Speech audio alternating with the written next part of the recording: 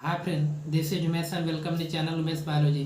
Friend, जैसा कि आपने पिछला वीडियो देखा जिसमें हमने एल्गी के जितने भी इम्पॉर्टेंट टॉपिक थे सबको एक एक करके कवर कर दिया है। आज की इस वीडियो में जिस टॉपिक को हम कवर करेंगे वो आपके सिलेबस के अकॉर्डिंग है। आपके सिलेबस के अकॉर्डिंग जो पहली टॉपिक यहाँ पर दी गई है वह नॉस्टॉक है। इसमें आपको नॉस्टॉक के जितने भी पॉइंट है सबको एक एक करके कंप्लीट कराना है हमें। नॉस्टॉक में जैसे क्लासिफिकेशन हो गया, उसके थैलस ऑर्गेनाइजेशन हो गया, उसका रिप्रोडक्शन मेथड क्या है और साथ ही साथ उसका इकोनॉमिक्स इंपॉर्टेंस क्या है, इन सब के बारे में आज की इस वीडियोज में हम आपको बताएंगे। और पिछले वीडियोज में जितने भी एल्गी से रिलेटेड टॉपिक थे सबको हमने बेसिक जो इंट्रोडक्शन था एल्गी का वह समाप्त हो चुका है। अब आपके सिलेबस के अकॉर्डिंग ही वीडियोज एक के बाद एक आएगी। जैसे आपके सिलेबस में पहले नॉस्टॉक दिया है, उसके बाद आपके सिलेबस में क्लोरेला एल्गी है, इनके बारे में हम आपको नेक्स्ट वीडियो में बताएंगे। तो आज की इस वीडियो में हम नॉस्टॉक के जितने भी पॉइंट हैं जैसे उसके क्लासिफिकेशन के बारे में, उसके रिप्रोडक्शन मेथड के बारे में, साथ ही साथ उसके इकोनॉमिक इम्पोर्टेंस के बारे में आज की इस वीडियो में हम कवर करेंगे। तो चलिए शुरू करते हैं। आज का हमारा जो टॉपिक है वह नॉस्टॉक है। चलिए शुरू करते हैं। नॉस्टॉक, अगर देखिए हम नॉस्टॉक की बात करें तो नॉस्टॉक जैसा कि आप जानते हैं एक प्रकार की यह एल्गी है। एल्गी में या प्रोकैरियोटिक एल्गी है और यह एक प्रकार के बैक्टीरिया के क्लास में भी यह पाया जाता है। तो यह एक प्रकार की प्रोकैरियोटिक एल्गी है। अगर इसके अदर नेम की बात करें तो यह स्टार जेली, टॉल्स बटर या इसके अदर नाम से इसको जाना भी जाता है। क्योंकि टॉल्स बटर ये सब नाम इसलिए इसका रखा गया है क्योंकि यह अक्सर सलाद वगैरह के रूप में, न्यूट्रिएंट के रूप में इसका यूज किया जाता है भोजन में, तो इसलिए इसका नाम ये सब रखा गया है। और इसके अलावा अगर हम इस नॉस्टॉक के सिस्टमेटिक क्लासिफिकेशन की बात करें तो नॉस्टॉक जैसा कि क्लोरोफाइटा एल्गी है। क्लोरोफाइटा डिवीज़न इसका जो है क्लोरोफाइटा है, सब डिवीज़न जो है एल्गी है। यह मिक्जोफाइसी क्लास का मेंबर है। क्लास इसका मिक्जोफाइसी है, फैमिली जो है वह नास्टिवेकेसी है। इसके अगर हम एक छोटे से फिलामेंट की बात करें तो आप यहाँ पर देख रहे हैं एक छोटा सा फिलामेंट है जहाँ पर ये हेट्रोसिस्ट और हेट्रोसिस्ट के साथ साथ म्यूसिजेलियस सीथ को यहाँ पर दर्शाया गया है। यह जो एल्गी है अगर इसके मैकरेंस की बात करें, नॉस्टॉक जो है अक्सर आपको टेरेस्ट्रियल हैबिटेट का मतलब जो स्थल का वास स्थान होता है वहाँ पर, और फ्रेश वाटर, नदी, तालाब, झील में जो पानी पाया जाता है उसे फ्रेश वाटर वो बोलते हैं। तो टेरेस्ट्रियल के साथ साथ या फ्रेश वाटर में यह एल्गी आपको मिल जाएगी। And found in living colonies and attach to rock और at the bottom of lake. यह अक्सर चट्टानों से चिपकी रहती है। कॉलोनी इसकी जो कॉलोनी रहती है वह फ्री लिविंग कॉलोनी रहती है और वह चट्टानों से चिपकी रहती है या किसी बॉटम या लेक के बॉटम वाले पोर्शन पे आपको देखने को मिल जाएगी। जैसे तालाब या झील है तो तालाब या झील के किनारे यह आपको देखने को मिल जाएगी, निचले वाले सरफेस पर पाई जाती है। और form symbiotic association with the other organism, या अदर ऑर्गेनिज्म के साथ अपना सिम्बियोटिक एसोसिएशन भी रखती है। लाइक जैसे फर्न हो गए, लाइकेन हो गए, ब्रायोफाइट्स हो गए, इनके साथ अपना ये सिम्बियोटिक एसोसिएशन भी रखती है। इसमें नाइट्रोजन फिक्सेशन की क्षमता पाई जाती है, तो इसका यूज इन पैडी फील्ड में भी इसका यूज किया जाता है। नाइट्रोजन फिक्सेशन एबिलिटी इसमें रहती है। तो इन पैडी फील्ड में इसका यूज भी किया जाता है। पैडी फील्ड में नॉस्टॉक जो एल्गी है उसका यूज भी किया जाता है नाइट्रोजन फिक्सेशन को बढ़ाने के लिए। तो ये बात हो गई इसकी अकरेंस की। अगर इसके हम सिम्बियोटिक एसोसिएशन की बात करें, जो ये नॉस्टॉक एल्गी है यह इसकी कई सारी स्पीसीज पाई जाती हैं। जैसे नॉस्टॉक एजोली जो है वह सिम्बियोटिक एसोसिएशन विथ रखती है, एजोला प्लांट के ऊपर यह सिम्बियोटिक एसोसिएशन रखती है। इसके अलावा जो अगला सिम्बियोटिक एसोसिएशन में जो अगली जो स्पीसीज है नॉस्टॉक पंक्टिफॉर्मी जो है वह एंडोफाइट इन एंथोसिरास जो एक प्रकार का ब्रायोफाइट्स है, या एंडोफाइट या अंदर उसके पाई जाती है। एंथोसिरास के एंडो का मतलब अंदर और फाइट्स का मतलब प्लांट, या प्लांट के अंदर पाई जाती है एंथोसिरास के, जो कि एक प्रकार का ब्रायोफाइट्स है। इसके अलावा एक क्लोराइड रूट ऑफ साइकस, जैसा कि आप जानते हैं साइकस में एक क्लोराइड रूट पाई जाती है, तो उसमें भी आप सिम्बियोटिक एसोसिएशन रखती है। और जो साइकस है एक प्रकार का जिम्नोस्पर्म है जिससे आप परिचित हैं। इसके अलावा नॉस्टॉक स्पेरिकम और नॉस्टॉक कॉलिमा जो है वह सिम्बियोटिक एसोसिएशन रखते हैं फंजाई के साथ। तो एक प्रकार का यह सिम्बियोटिक एसोसिएशन है। सिम्बियोटिक एसोसिएशन में हमने नॉस्टॉक की 3 स्पीसीज के बारे में बताया, जिसमें से कुछ ऐसी स्पीसीज थी जो एजोला के प्लांट पर अपना सिम्बियोटिक रिलेशनशिप रखती थी। सिम्बियोटिक रिलेशनशिप का मतलब है सहजीवी का, इसका हिंदी में सहजीवी बोलते हैं, और इसमें दोनों पार्टनर बेनिफिशियल रहते हैं, इसमें किसी को नुकसान नहीं रहता, तो इसे हम लोग सिम्बियोटिक एसोसिएशन बोलते हैं। और जैसे जिस प्लांट पर रहेंगे उसको भी कोई नुकसान नहीं रहेगा, और जो प्लांट के जो जो उस प्लांट के ऊपर रहेगा उसका भी कोई नुकसान नहीं रहा, दोनों एक प्रकार के लिए बेनिफिशियल रहेंगे, तो इसे हम लोग सिम्बियोटिक एसोसिएशन बोलते हैं। और इसके बाद अगर हम अदर की बात करें तो यहाँ पर जो अगला जो यहाँ पर है वह इसके थैलस के बारे में है। नॉस्टॉक का थैलस किस प्रकार का होता है, तो थैलस स्ट्रक्चर ऑफ नॉस्टॉक की अगर हम बात करें तो देखिए ये नॉस्टॉक का थैलस है, और इसके थैलाई जो रहते हैं, thalli present in the form of colony, इसके थैलस जो रहते हैं वह एक कॉलोनी के फॉर्म में पाए जाते हैं, बाल लाइक होते हैं, बाल की तरीके से होते हैं। Ball like colony is involved by the gelatinous sheath, एक चिपचिपे पदार्थ के शीथ के रूप में इसे निकले रहते हैं, और बाल, इसका जो बाल होता है वह ग्रीनिश कलर का होता है, ब्लूइश ग्रीन कलर का होता है। इसमें जो प्रत्येक कॉलोनी पाई जाती है उसमें थाउजेंड्स ऑफ स्ट्रेट और ट्विस्टेड फिलामेंट पाए जाते हैं। प्रत्येक कॉलोनी में थाउजेंड से ज़्यादा स्ट्रेट या ट्विस्टेड फिलामेंट पाए जाते हैं, जिसे हम लोग ट्राइकोम भी बोलते हैं। और प्रत्येक ट्राइकोम जो रहता है वह सराउंडेड रहता है, घिरा रहता है by its individual sheath and called filament. प्रत्येक जो ट्राइकोम रहता है वह एक शीथ से घिरा रहता है, इंडिविजुअल शीथ से घिरा रहता है, जिसे हम लोग फिलामेंट बोलते हैं। और जो प्रत्येक सेल होती है, इसकी प्रत्येक सेल में सिलेंड्रिकल या स्फेरिकल शेप की इसकी सेल होती है। प्रत्येक सेल जो रहती है वह सिलेंडर या बेलनाकार या फिर स्फेरिकल शेप की होती है। और इसका जो प्रत्येक फिलामेंट होता है वह कुछ लार्ज स्फेरिकल होता है, और सिलेंड्रिकल या होता है या कलरलेस होता है, और इसी को हम लोग हेट्रोसिस्ट के बोलते हैं। तो in filament there are present some large spherical और cylindrical colourless empty cell called heterocyst. तो इसी फिलामेंट में कुछ लार्ज और spherical cylindrical colourless empty cell होते हैं, जिसे हम लोग हेट्रोसिस्ट बोलते हैं। तो ये इसके थैलस के बारे में है। थैलस में और भी चीज़ें जो मेंशन की गई हैं। Heterocysts are generally intercalary, heterocyst जो रहते हैं वह जनरली इंटरकैलरी होते हैं, but in the young condition they may terminal, और वे यंग कंडीशन में टर्मिनल ऊपर हो जाते हैं। Some cell of the filament become enlarge and filled with the food material these thick cell called akinetes. इसके जो सेल रहते हैं वह जो फिलामेंट रहते हैं वह इनराज होते हैं और फूड मटेरियल से भरे रहते हैं, और ये थिक हो जाते हैं, मोटे हो जाते हैं, और इसी को हम लोग एकाइनेट्स बोलते हैं। एकाइनेट जो होते हैं वह एक चैन के रूप में प्रेजेंट होते हैं। एकाइनेट्स जो होते हैं, एकाइनेट्स आर प्रेजेंट इन चैन। ये काइनेट जो होते हैं वो प्रेजेंट चैन के रूप में प्रेजेंट होते हैं। तो यह इसका तो एक ओवरऑल थैलस के बारे में हमने बता दिया कि इसके जो काइनेट्स रहते हैं वह रिजर्व फूड मटेरियल या फूड मटेरियल के द्वारा भरे रहते हैं और एक चेन के रूप में घिरे रहते हैं। तो यह इसके थैलस के बारे में थोड़ी सी इन्फॉर्मेशन आपको बता दी गई। इसके बाद अगर हम नॉस्टॉक के एक सिंगल सेल की बात करें तो देखिए जो नॉस्टॉक का सिंगल सेल होता है, सेल स्ट्रक्चर ऑफ नॉस्टॉक, अगर हम एक सेल स्ट्रक्चर की बात करें नॉस्टॉक के तो सेल आर स्फेरिकल शेप। इसकी जो सेल रहती है वह स्फेरिकल रहती है, जैसा कि आप फिगर में देख सकते हैं। यह इसकी स्फेरिकल शेप की सेल है। एक्सिबिट टाइपिकली साइनोफिशियन सेल स्ट्रक्चर या साइनोफिशियन सेल स्ट्रक्चर की तरीके से दिखती है।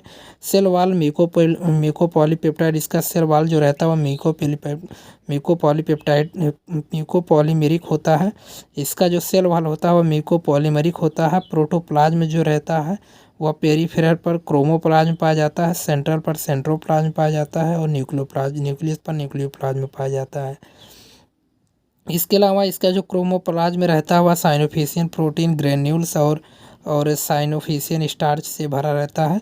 इसमें न्यूक्लियर मेम्ब्रेन नहीं पाई जाती और न्यूक्लियोलस भी इसमें नहीं पाया जाता। जैसा कि जानते हैं यह एक प्रोकैरियोटिक मेंबर है, तो प्रोकैरियोट्स के अंदर न्यूक्लियर मेम्ब्रेन जो रहती है वह कम्प्लीटली एब्सेंट रहती है। और न्यूक्लियस जो रहता है वह डेवलप नहीं रहता है, तो प्रोकैरियोट का लक्षण है। तो जैसा कि आप जानते हैं ये प्रोकैरियोट्स का एल्गी है, तो इसमें तो ये फीचर्स ज़रूर पाए जाएंगे। इसके अलावा अगर इसके हम रिप्रोडक्शन की बात करें, अगर हम नॉस्टॉक के रिप्रोडक्शन की बात करें तो देखिए जो नॉस्टॉक में सेक्सुअल रिप्रोडक्शन रहता है वह कम्प्लीटली एब्सेंट रहता है। नॉस्टॉक के पास सिर्फ वेजिटेटिव और एसेक्सुअल टाइप का रिप्रोडक्शन पाया जाता है। तो यहाँ पर चीज़ें मेंशन भी की गई हैं। The sexual reproduction absent reproduce only vegetative and asexual by following method. यह सेक्सुअल और वेजिटेटिव रिप्रोडक्शन फॉलोइंग मेथड के द्वारा यह करता है, जैसे फ्रेगमेंटेशन हो गया, हार्मोगोनिया हो गया, एकाइनेट्स हो गया, हेट्रोसिस्ट हो गया, इंडोस्पोर हो गया। तो यह इसका रिप्रोडक्शन का मेथड है जो कि एसेक्सुअल और वेजिटेटिव माध्यम के द्वारा इसे कंप्लीट किया जाता है। तो अगर हम एक एक रिप्रोडक्शन मेथड को अगर हम थोड़ा सा क्लियर करें तो सबसे पहला जो मेथड है वह रिप्रोडक्शन का जो पहला मेथड है वह फ्रेगमेंटेशन है। फ्रेगमेंटेशन में क्या होता है, बाय मैकेनिकल, फिजियोलॉजिकल और by the colony break into more fragment. इसमें जो इसका जो फिलामेंट रहता है या इसका जो थैलस रहता है वह दो फॉर्म में ब्रेक हो जाता है, मैकेनिकल फिजियोलॉजिकल माध्यम से। तो और ईच एक fragment capable to develop new colony, और प्रत्येक जो इसका जो इसका फ्रेगमेंट रहता है वह एक सक्षम होता है नई कॉलोनी को डेवलप करने के लिए। तो यहाँ फ्रेगमेंटेशन माध्यम के द्वारा या रिप्रोडक्शन हो गया। और फिगर में भी हमने शो कर दिया है कि जब दो पार्ट में डिवाइड हो जाता है तो प्रत्येक का नई कॉलोनी का फॉर्मेशन कर लेता है। तो ये फ्रेगमेंटेशन माध्यम के द्वारा रिप्रोडक्शन हो गया नॉस्टॉक के अंदर। इसके बाद इसका जो सेकेंड माध्यम है वह हार्मोगोनिया के द्वारा है। नॉस्टॉक में जो सेकेंड माध्यम है वह हार्मोगोनिया के द्वारा है। तो degeneration of intercalary vegetative cell और ब्लू टू इंटरकैलरी हेट्रोसिस्ट, इसमें होता है जो इंटरकैलरी वेजिटेटिव सेल जो रहती है वह डिजनरेट हो जाती है और ड्यू टू इंटरकैलरी हेट्रोसिस्ट या फिर इंटरकैलरी हेट्रोसिस्ट का फॉर्मेशन कर लेती है। इसके जो ट्राइकोम रहते हैं वह ब्रेक होकर इनटू स्मॉल सेगमेंट में कन्वर्ट हो जाते हैं।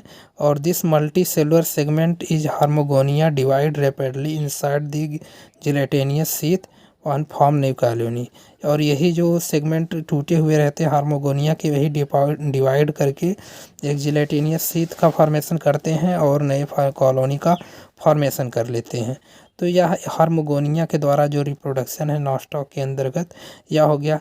फिगर में भी हमने यहाँ पर शो कर दिया नॉस्टॉक का यह एक छोटा सा फिलामेंट है और यह हार्मोगोनिया का यहाँ पर फॉर्मेशन हो गया और नए फिलामेंट का यहाँ पर फॉर्मेशन हो गया। इसके बाद जो अगला है वह एकाइनिट्स के माध्यम से रिप्रोडक्शन है। एकाइनिट्स एक ऐसा माध्यम है, this take place by means of resting thick wall. यह एक ऐसा माध्यम है जो कि एक रेस्टिंग थिक वॉल के द्वारा स्पोर जो रहते हैं वो बनते हैं, इसी को हम लोग एकाइनेट बोलते हैं। और इसमें जो रिप्रोडक्शन होता है पहले नॉर्मल वेजिटेटिव सेल जो रहती है वह साइज में थोड़ी बड़ी होती है और उसके बाद उसके अंतर्गत फूड मटेरियल जो रहता है वह भरता है और वह वाल जो रहती है वह उसकी थिक हो जाती है। दीज एकाइनेट्स आर येलो और ब्राउन इन कलर, और यह जो एकाइनेट्स रहते हैं येलो और ब्राउन कलर के हो जाते हैं और they are very resistant to unfavourable condition. यह जो रहता है अनफेवरेबल कंडीशन में ये सब चीज़ें परफॉर्म की जाती हैं, क्योंकि एकाइनेट्स के द्वारा जो रिप्रोडक्शन रहता है ये अनफेवरेबल कंडीशन में ही होता है। और जब फेवरेबल कंडीशन इसमें आता है तो यही एकाइनेट्स जर्मिनेट करके नए फिलामेंट का फॉर्मेशन कर लेता है। देखिए एक बार फिर से समझिए, एकाइनेट्स में पहले जो नॉर्मल वेजिटेटिव सेल रहती है वह इन लार्ज साइज में थोड़ी बड़ी हो जाती है। उसके बाद उसके अंदर फूड मटेरियल जो रहते हैं वो भर जाते हैं जिससे वह थिक वॉल उसकी हो जाती है और यही एकाइनेट्स येलो या ब्राउन कलर के हो जाते हैं and they are very resistance, और यह बहुत ज़्यादा रेजिस्टेंट हो जाते हैं। अनफेवरेबल कंडीशन में बहुत ज़्यादा रेजिस्टेंस हो जाते हैं येलो और ब्राउन कलर के होके। उसके बाद जब फेवरेबल कंडीशन आता है तो यही जो एकाइनेट्स रहते हैं जर्मिनेट करके नए फिलामेंट का फॉर्मेशन कर लेते हैं। तो यह बाई एकाइनेट से रिप्रोडक्शन हो गया नॉस्टॉक के अंदर। इसके बाद अगर हम रिप्रोडक्शन के अगले माध्यम की बात करें तो बाय द हेट्रोसिस्ट रिप्रोडक्शन जो नॉस्टॉक के अंतर्गत देखा गया है। तो नॉस्टॉक कम्युनिटी जो होती है, नॉस्टॉक कम्युनिटी के अंतर्गत heterocyst act as a resting spore, या हेट्रोसिस्ट इसके जो रहते हैं वह रेस्टिंग स्पोर की तरह एक्ट करते हैं। Art of germination protoplasm divide by transverse वाल, और जर्मिनेशन के समय इसके प्रोटोप्लाज्म जो रहते हैं वह डिवाइड करके ट्रांसफर वाल का फॉर्मेशन करते हैं। Both cell divide again and form 4 cell germling, और इसके बाद जो दोनों सेल रहती है वह 4 सेल का फॉर्मेशन करती है, जिसे हम जर्मलिंग बोलते हैं। और थिक वाल रप्चर, इसकी जो थिक वाल जो रहती है वह रप्चर कर जाती है, जर्मलिंग डेवलप करके नए ट्राइकोम का फॉर्मेशन कर लेते हैं। तो ये बाई हेट्रोसिस्ट नॉस्टॉक के अंतर्गत रिप्रोडक्शन हो गया। अगला जो माध्यम है नॉस्टॉक के अंतर्गत जो रिप्रोडक्शन का बाई एंडोस्पोर है। In few species of Nostoc heterocyst cell undergoes irregular cell division and form thin wall spore which are called endospore। कुछ ऐसी स्पीसीज होती हैं नॉस्टॉक के अंतर्गत जिसकी हेट्रोसिस्ट सेल का जो रहता है अंडरगोज इरेगुलर सेल डिवीजन होता है, और वह थिन वॉल स्पोर का फॉर्मेशन करता है, जिसे हम लोग एंडोस्पोर कहते हैं। एंडोस्पोर जो होता है वह comes out by bursting. Endospore जो रहता है वह ब्रस्टिंग हो जाता है, थिक वाल उसकी ब्रस्ट कर जाती है। Heterocyst and germination occur and new trichome इरफाज, उसके बाद हेट्रोसिस्ट का जर्मिनेशन होता है और नए ट्राइकोम या नए फिलामेंट का फॉर्मेशन हो जाता है। तो ये बाई एंडोस्पोर रिप्रोडक्शन हो गया नॉस्टॉक के अंतर्गत। तो ये सब चीज़ें हो गई रिप्रोडक्शन से रिलेटेड, जो कि नॉस्टॉक के अंतर्गत, जो कि फॉलोइंग मेथड के द्वारा हमने आपको बताया कि नॉस्टॉक के अंतर्गत किस किस तरीके का रिप्रोडक्शन पाया जाता है। और रिप्रोडक्शन में तो सेक्सुअल रिप्रोडक्शन जो रहता है वह नॉस्टॉक में पूरी तरीके से एब्सेंट रहता है। इसमें सिर्फ एसेक्सुअल और वेजिटेटिव रिप्रोडक्शन देखने को मिलता है। इसके बाद अगर हम इसके इकोनॉमिक्स इम्पॉर्टेंस की बात करें तो देखिए नॉस्टॉक का बहुत ज़्यादा इकोनॉमिक्स इम्पॉर्टेंस है।